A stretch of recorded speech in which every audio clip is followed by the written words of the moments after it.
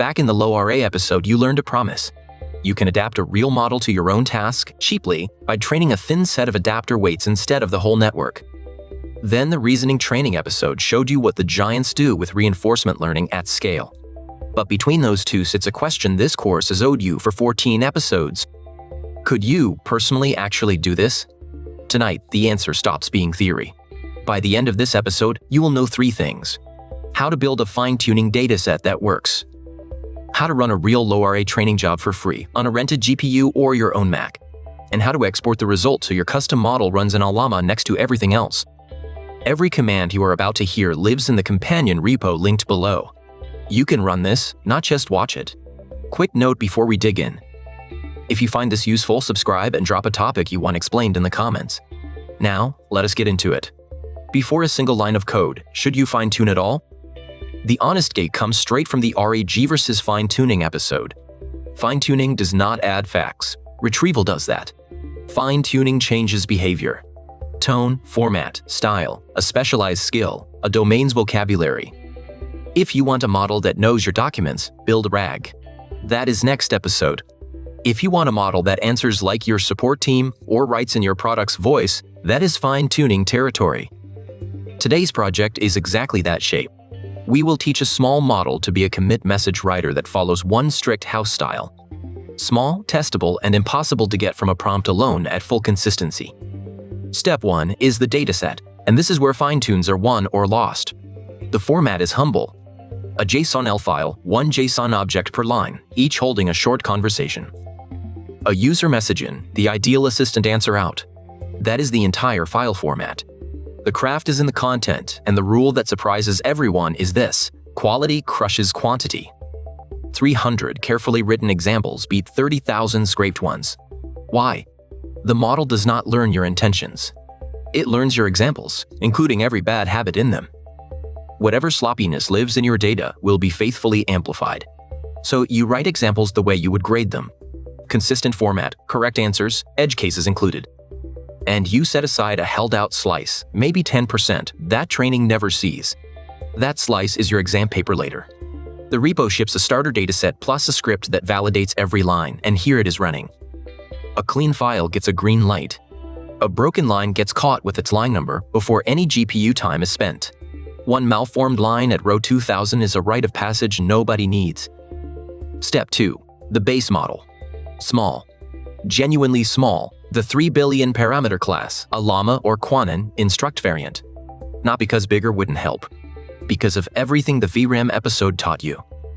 A 3B model in 4-bit fits in free tier GPU memory with room left to train. It iterates in minutes instead of hours. And here is the part people miss. A small model fine-tuned on your task routinely beats a giant model prompted for it. Specialists beat generalists at their specialty. That was the distillation episode's lesson. Now you are on the profitable side of it. Step 3, the training run, and here the tooling has become almost unfairly good. On an NVIDIA GPU, including the free tier of Google Colab, the tool is Unsloth.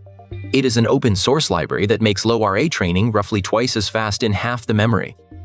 The repo's training script is about 40 lines, and its shape is worth hearing out loud because there is no mystery in it. Load the base model in 4-bit, that is QLoRA. Quantization from episode 8, meeting LoRA from episode 33. Attach the adapters. Point the trainer at your JSONL.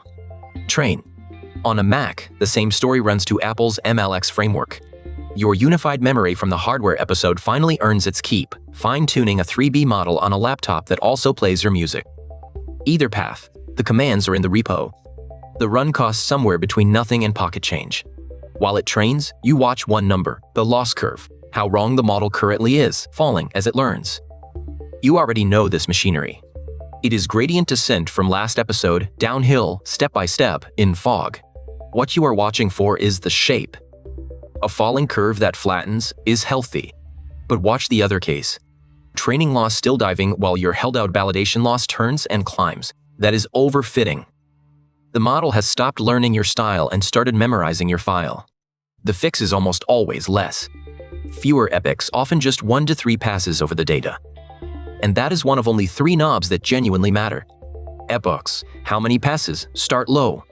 Learning rate, how big each downhill step is. Too high and the loss jumps around wildly. Too low and nothing moves. The repo defaults are sane, touch them last. And LoRA rank, how thick the adapter is from the LoRA episode. 16 is the workhorse. Everything else in the config is furniture. Resist the beginner urge to tune 10 things at once. Change one knob, rerun, compare. Training runs this small make that discipline actually affordable. Step 4. The exam. Before you fall in love with your creation, evaluate it the way the Evils episode taught. Same held out prompts to the base model and to your fine-tune answers side by side. The difference should be visible without statistics. The base model rambles in 5 formats. Yours answers in the house style every time. If it did not work, the answer is almost never more epics. It is better data. Go read your worst training examples. They are usually the culprits confessing. Step 5 is the payoff, making it yours to keep. The trained adapters merge into the model. The result exports to GGUF, the packed format your local runner speaks, the same one from the quantization episode. One conversion command. A 3-line Ollama model file. One import. And then the moment this whole course has been building toward, you type Ollama run and a name you chose. A model that did not exist this morning. One that answers in a style you taught it, starts talking on your own machine. No API, no subscription, no one else's waits. Yours. So how does this land, depending on who you are? As an individual, this is the single most instructive weekend project in AI. Nothing teaches the difference between what models know and what models do faster than training one. It also becomes the strongest artifact in your portfolio from episode 45. As a startup, small fine-tuned specialists are a cost and moat story. A 3B model that nails your one task undercuts frontier API pricing by orders of magnitude at volume. And your training data, your accumulated taste, is an asset competitors cannot download. As a large enterprise, this workflow is your pilot template.